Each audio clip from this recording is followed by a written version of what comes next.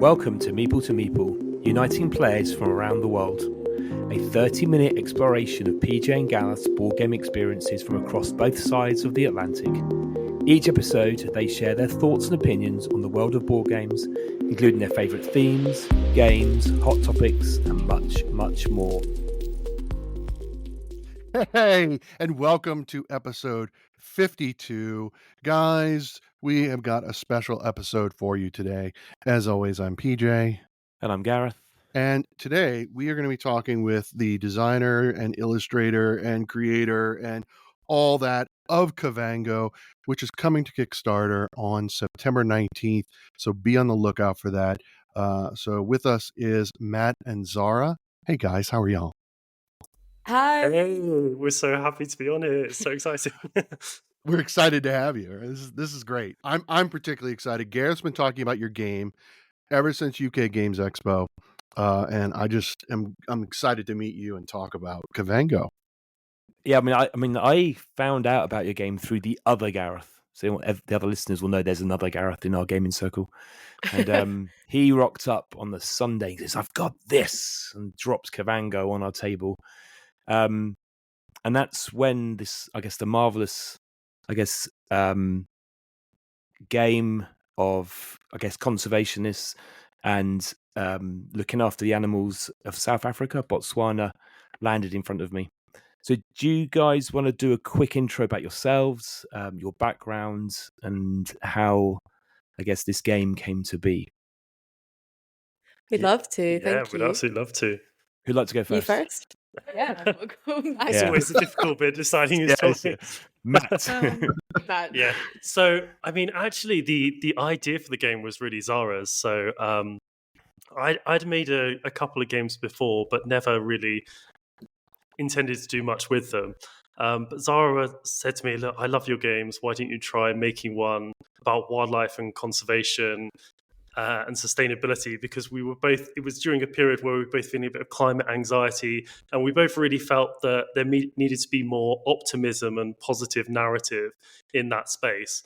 And loving board games as I do and always making them anyway, it just made sense. So went into this, now 3.5 year long project of making Kavango, and it's obviously evolved a huge amount along the way.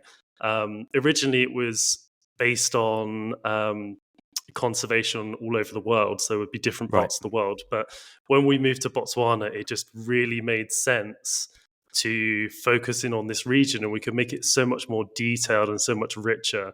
And Zara's our real life conservation expert, so bringing in her knowledge about conservation it just made sense, and it's just been such a wonderful project to work on. And so Zara, what's your role within conservation of Botswana? So I'm a specialist in combating the illegal wildlife trade. I'm based in Botswana, but I cover Southern Africa. Okay. And I've been working in that job for 4 years. It's been amazing. And I've spent a lot of time in the region, in national parks and in the wild, which has been phenomenal and has really inspired Kavango. And what Matt said before about us designing Kavango from a place of anxiety and worry is so true. And I think when we started making the game and when we moved to Botswana, we were just filled with hope and inspiration for the natural world. I don't know if you've ever been to Botswana, but it's just full of life. And the whole of Southern Africa is full of insects and grasses and trees and megafauna. And it's beautiful and so alive. And I think coming from the UK, where maybe we're a bit ecologically lacking sometimes, it was really inspiring to see what was possible. And there's also lots of examples here of people who are rewilding degraded land that's been overexploited through agriculture, through farming, and who are now buying it up and bringing back lions and elephants and rhinos and giraffes in the space of 10 years. There's a park 30 minutes from our house, and in 1992 it was an abandoned plot of farmland, and now it's a home to all of the big five. It's a major tourist destination. So it's just those sort of stories of hope that we wanted to capture in a way that was accessible and fun. Because it is also so fun. Conservation is so exciting and so motivating. And we wanted to get all of that somehow captured in this game. That's great. I mean, I'm sitting here so inspired. I could listen to you already Absolutely. for hours. So you guys have been over there for 4 years or so? How long have you been in Botswana? 3 years now. So 3 years. we were meant to move out and then COVID messed up our plans. Right. But so it's been 3 years in Botswana, but 4 years in this space working on it. Yeah. So, Matt, you've told the story about how you relocated to follow Zara down there. I'm curious about were you a game designer before you moved to Botswana? Is that how this project naturally happened, or? It feels a generous description, but well, I was thinking about this the other day actually, and I had previously my brothers and I, we love football, and we played so many football games growing up, and I'd made this football game, and I remember my friend built a stadium so we could play this football game at my stag do in 2019. So, but I mean, Kavango is really, really my first, I would say. It's definitely, since starting the project, it was one that we were thinking about how could we bring this to more people? Would we go via a publisher? Would we look for Kickstarter, that sort of thing? We were always thinking about how can we, because we wanted to have a positive impact through the game, we were always thinking about how can we reach more people, whereas before it's always been, I enjoy doing it, but with my friends and family, that's enough. But yeah, right. And have you always been a gamer? So is it always been board games, or is that something that's been part of your life for both of you? 100%. Yeah, definitely. Yeah. And even more so for me when I joined your family. Yeah. Matt's from a big gaming family. Amazing. So it's all of our holidays are always full of games. But it's also not just board games, it's all types of games, like sport and video games and any opportunity to play and have fun in the broadest sense. So yeah. I think it's as long as a game which has a lot of social interaction. I mean, when you say like video games, I mean, both of us, and we noticed that a lot of board gamers really like the Nintendo Switch, for example, because it's all about that live interaction with other people. And it's actually really nice during COVID and things that we got to do that online, and we had a Zoom call up whilst we were doing it. So we're sort of simulating the experience as well. And we did that for board games as well, with like Ticket to Ride. And so, yeah, I mean, it's all about that just way of interacting with people and having just a fun, enjoyable experience, isn't it? What are your favorite games? Like what's one or two of the games that you guys enjoy playing? So hard. I'm obsessed with Azul Queen's Guardian at the moment. Okay. Any opportunity I have to play it, but I can't beat Matt. It's so annoying. I'm reading up all the strategies, and I'm always like, let's play. Like, give me another shot. So that one we've been playing. Cascadia we've been playing quite a lot recently too. Yeah, we love so many. I find that we go in phases of what we play for like a week at a time. I'm just trying to think in terms of ones that I think of like all-time games that I love. I definitely love Pandemic. I really liked. I mean, that was probably the first game that I played, introducing lots of co-op elements, which I really enjoyed. Absolutely, and tried to bring a bit of that into Kavango. There's a semi-co-op element to it, and yeah, so that was quite a special game. Like and then in terms of growing up, I mean, we used to play Catan as a family, probably every Sunday night. So those two have a bit of a special place in my heart. But I think more recently, as Zara says, Ticket to Ride as well. We also played. That was a great lifeline actually during COVID, because I mean, I could play it with my mum, which was really nice. Yeah. Online, and it was just really, I don't know, really lovely to be able to have that communication, because we were locked down in Botswana even much later than the UK was. So we were sort of in our house trying to connect with people. So yeah, games have been a really important part of our lives for a long time. Yeah, absolutely. Yeah. So how about there have been some comparisons between Kavango and other games that already exist, but what were there any games that were pivotal in your mind that when you were designing Kavango and you were thinking specifically about this game with this mechanic, or was there any of that type of detailed inspiration? Yeah, I think this will actually really surprise you because although there's more other games which are more similar, the game that sort of set it off a bit was we were in a phase of playing Lost Cities a lot. I don't know if you know, it's just the 2-player game. Yes, and we were just a bit obsessed with it at the time, and we really liked the fact it was quite quick play, and you always felt engaged. Right. And it's not really card drafting, but it's a bit similar. And yeah, that was actually what set it off. I mean, mechanically, it's totally different, but it was the one we were playing a lot at the time of starting the game. But I think the other one that people have picked up on is I really like the simultaneous play in Seven Wonders, and that was that's an aspect of Kavango which some people have sort of noticed a bit of a similarity. But in terms of other games, I was sort of deliberately trying. It's always a difficult thing with designing something that you're trying deliberately not to take inspiration too much from elsewhere. Sure.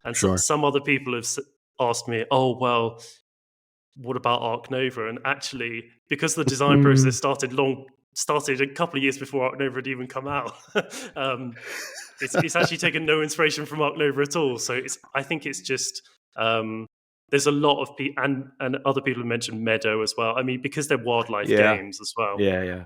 I guess once you got it out into the wider population, people start associating it with other games they exactly know. So for those listeners who haven't heard of Kavango, do the elevator pitch. What's the game about? Why did you design it? And how does the game work?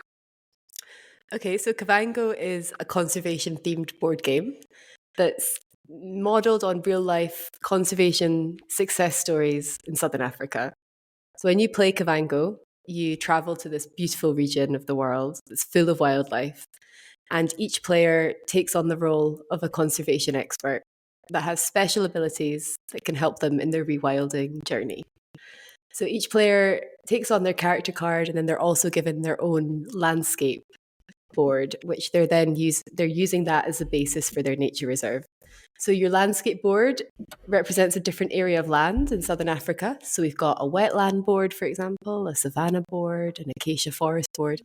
They all start with their own characteristics. And that's where the asymmetry of the game begins. And from then on, you're doing simultaneous card drafting over 3 rounds of 10 turns to start building up animals and food and protection to create an ecosystem that eventually looks like a beautiful nature reserve. So that's the basis of the game, and there's lovely mechanisms within it. So there's 3 rounds of 10 turns. And as I say, it's deeply thematic, modeled on real life. So in addition to you have to be able to feed your animals, so you have to build in the food chain in your reserve. You also have to protect your animals from threats, because the sad reality is we're in the 6th mass extinction of the planet. There's lots of threats facing our animals. So you have to be realistic about needing to protect them. So as you go through the game, you need to invest money for habitat protection, poaching protection, and collaborate together on climate protection. So over the 3 rounds, you're building a much more complex system every round. And then associated with that, your decisions become harder. You need to become a bit more strategic as it goes on. And the final round really has this lovely climax of energy as you're drafting against each other also to try and get the biggest species, the iconic ones like the lion and the elephant, the rhino, into your reserve and not into anyone else's. And the aim of the game is to build the highest scoring nature reserve, and you score points largely by introducing animals into your nature reserve, but also by completing research tasks and winning end of game conservation awards. That's it. Did that sound like an elevator pitch? Yeah, I feel like it was quite long. No, it was great. Very tall elevator. A very tall elevator. Let's go to the top of the shard. Yeah, but it really does sum it up. I remember when we played it at UK Games Expo, the game just flew by because you've got that simultaneous card drafting, and then you're all doing that kind of check when you're doing a kind of the income round or your financing round. Yeah. It just flew by, and I was engaged throughout. And that you're absolutely right. That last part where you're trying to get the larger animals, the wow animals, and you're trying to grab other people's and bring them into your own sanctuaries. It does make for quite a stressful. I've got to get every point I can squeeze out of this. And it's also, I feel like you have this love for your reserve as well. So you're not so much trying to stop other people guessing it, but you just really want your reserve to be the best. Yeah, which is really nice as well. And that's so how. I guess I'm quite intrigued by the conservation messages coming through. So it is more themed around the conservation than just the animals themselves. How have you fed your role, Zara, your job into the game? So if it's a day in the life of Zara, how does that fit into the game? Oh, in so many ways.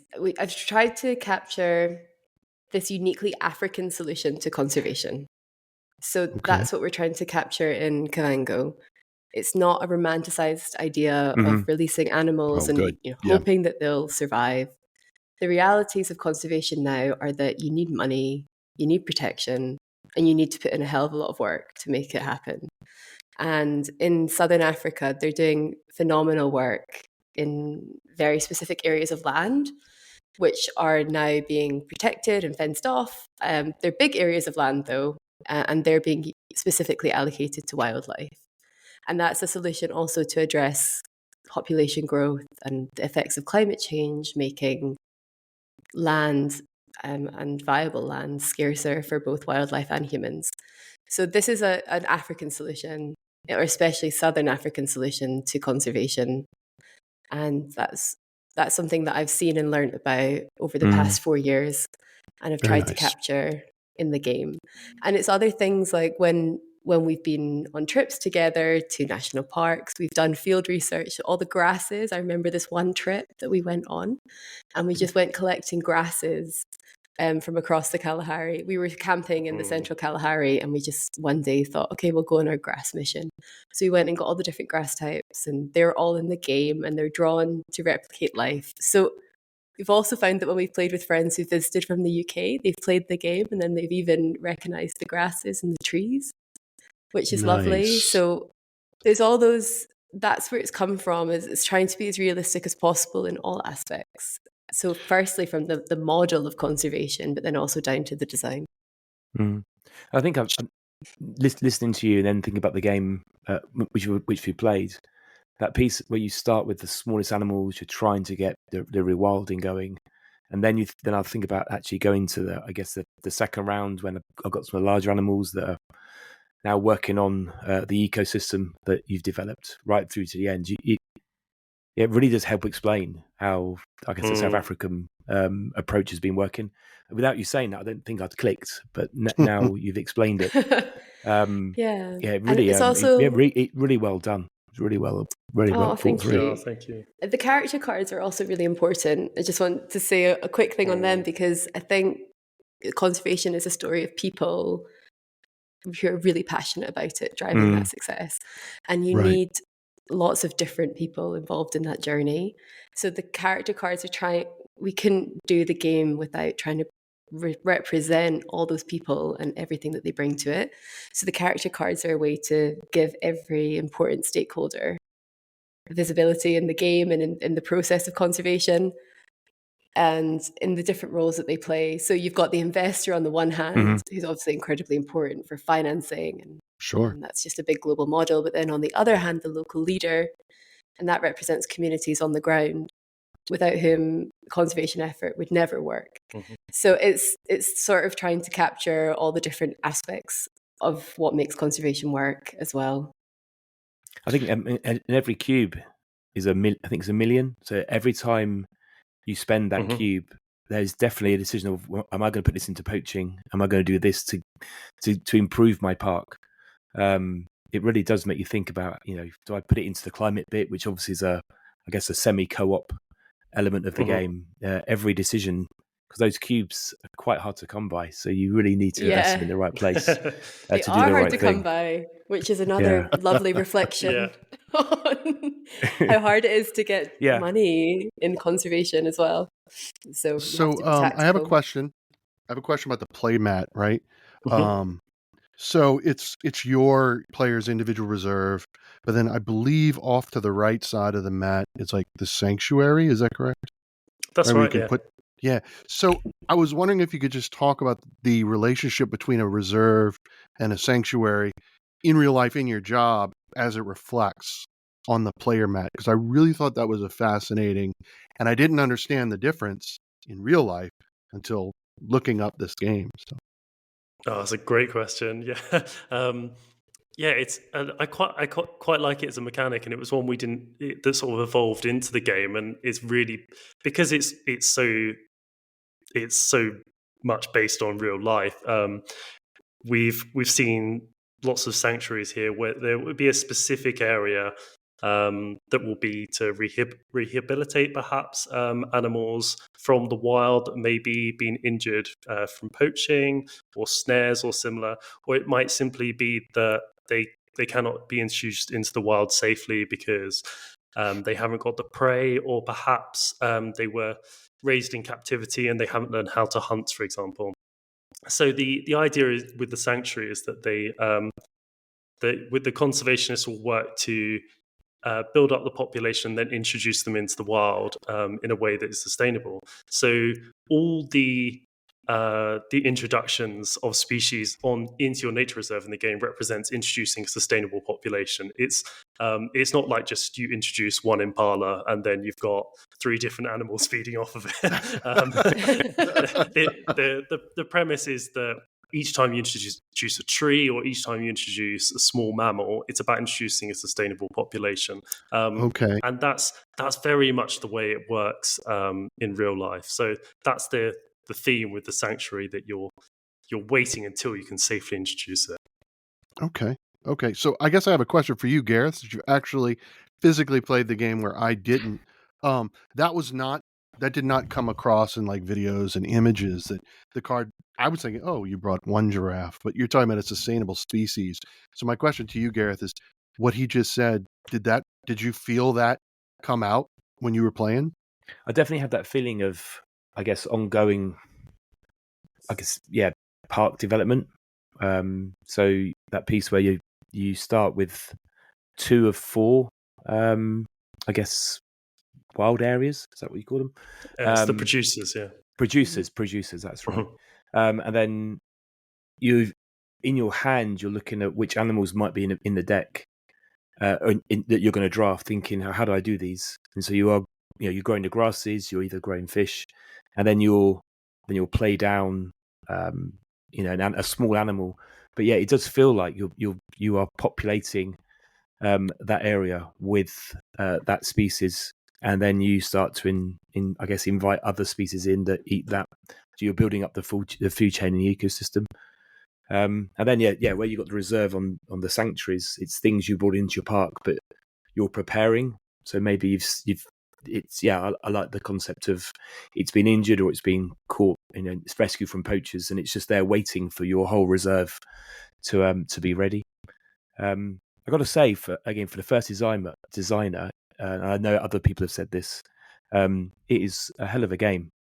It's so tight. It flows and it's fast, and it just feels very, very, very complete.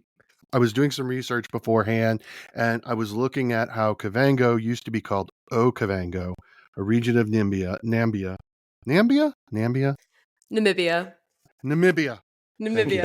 it. Okay, so Namibia shares a border with Botswana. I knew you lived in Botswana. Apparently in 1998, something big happened in the restructuring. I don't know, but you can talk about that. And I understand that the region is this little strip north of Botswana, and I'm curious about the relationship between the two nations and how that influences your work. That's such a great question. So, for a bit of context, in Southern Africa, conservation is often done through transboundary conservation networks, which means that it's areas of land that cross national boundaries, but which are natural migratory routes for animals. So in Southern Africa, the biggest one is called the Kavango Zambezi Transfrontier Conservation Area. And that's the largest area of transboundary conservation in the world. And it's home to the largest population of elephants anywhere in the world as well. And it's based traditionally on ancient migratory routes for animals. So that encompasses Namibia, Botswana, Zambia, Zimbabwe, and Angola. So Kavango as a habitat, I suppose, as an ecosystem, is based on the Kavango Zambezi Transfrontier Conservation Area. Okay. But Kavango Zambezi Transfrontier Conservation Area, it's quite a long name for a board game. So we decided to shorten it to Kavango. But you're completely right that Kavango is a river system in Namibia. A really important one. If you're interested, I'll just do a little quick outline of it because it's so interesting. The Okavango Delta. Yeah. Educate. Okay. Yeah. Yes. The Okavango Delta, which is in Botswana, it's the only inland delta in the world. And it's this phenomenal place of wilderness because it's this wetland in the middle of a desert. So when you go there, every corner you turn, there's herds of elephants and herds of impala and leopards and lions. It's like the Garden of Eden. Special it's place. The only way I can describe it. So the Okavango Delta is fed by the Angolan highlands. So rain falls in the Angolan highlands, it trickles down, it goes through Kavango River and into the Kavango River Basin, which then feeds the Okavango Delta. So it's also a really great illustration of how all these countries and ecosystems are connected. And that's why to approach conservation well, you need to do it transboundary, because our national boundaries mean nothing to animals. Right. So that's where it comes from. And Kavango is the name that stuck. Yeah.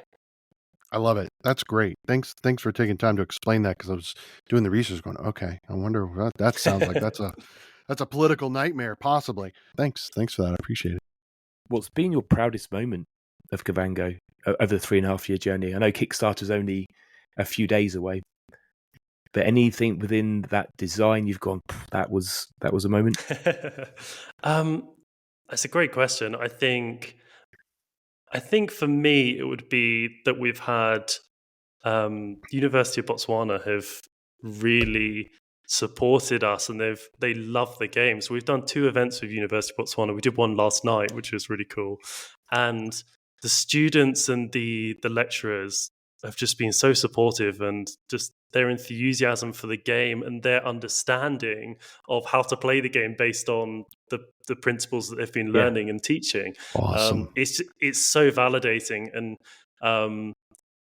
it's just like the ultimate stamp of approval that the game, because it's been so thematically designed, that it makes sense with the academia side as well. So, and in designing the game, we really wanted it to be able to reach people in a way that other means can't. So just with that, the fun learning of conservation. So yeah, it's been really validating.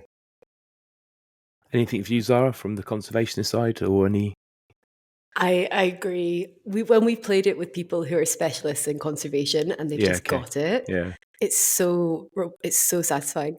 I think the proudest moment for us, for me, was UK Games Expo, though, because we'd been working away on it for about 3 years by that point, just the 2 of us playing it with whoever would come and play with us, which we ended up being quite a lot of people who we forced to play.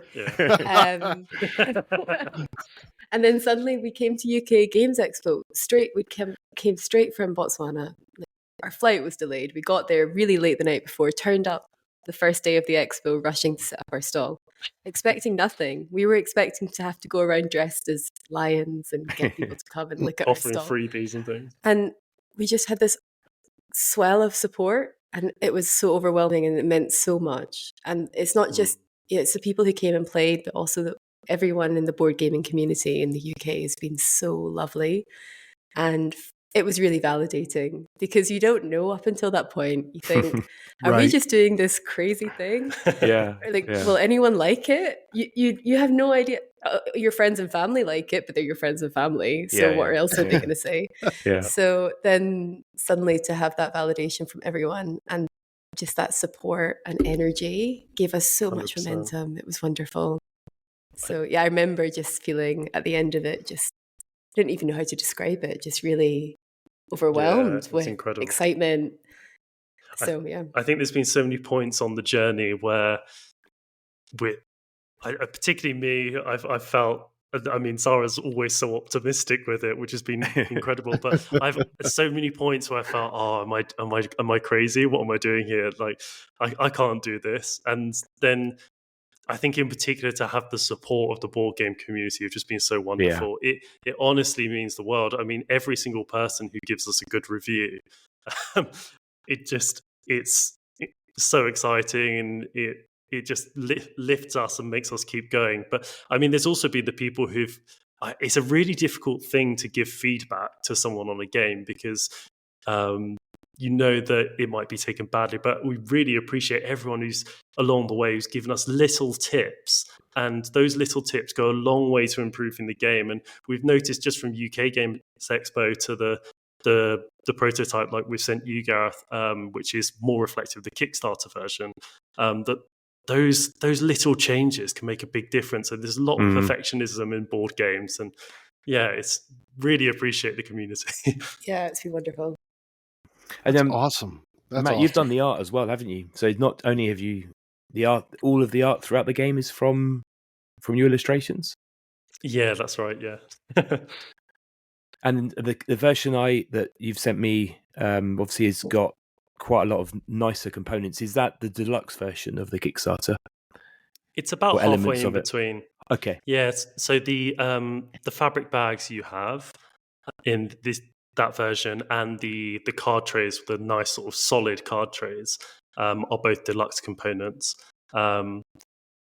Otherwise, it's the Kickstarter edition. Standard. So the Kickstarter edition will have punchboard card trays, which will be different. But the deluxe version will also have quite a few extra things on the version you have, like it's going to have nice corner holders on the board, so the cards don't slip away if you accidentally knock it, for example, which is cool. And I always forget the full list.